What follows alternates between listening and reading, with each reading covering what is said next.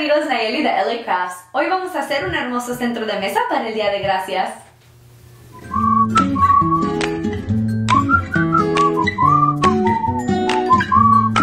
Para nuestro centro vamos a usar un anillo de rosas, rosas de foam, rosas con perlas, uvas acrílicas, pétalos de rosas, listón, calcamonías de letras, un disco de unicel y velas LED.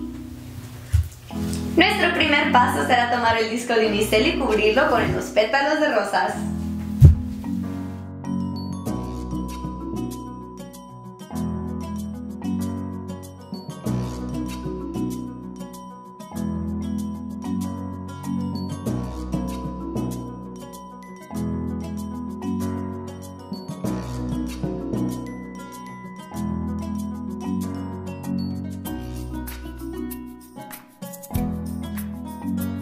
Ahora que hemos terminado con eso, vamos a colocar los 3 tipos de flores y las uvas.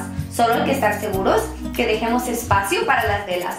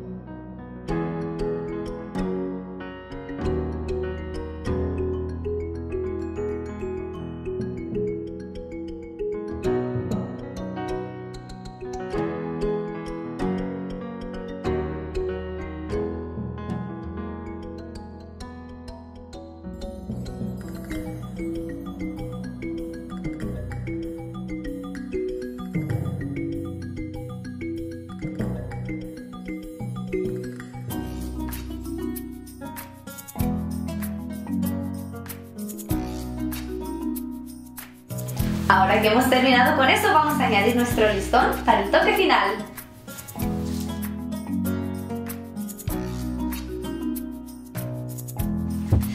Y ahí lo tenemos, un hermoso centro de mesa.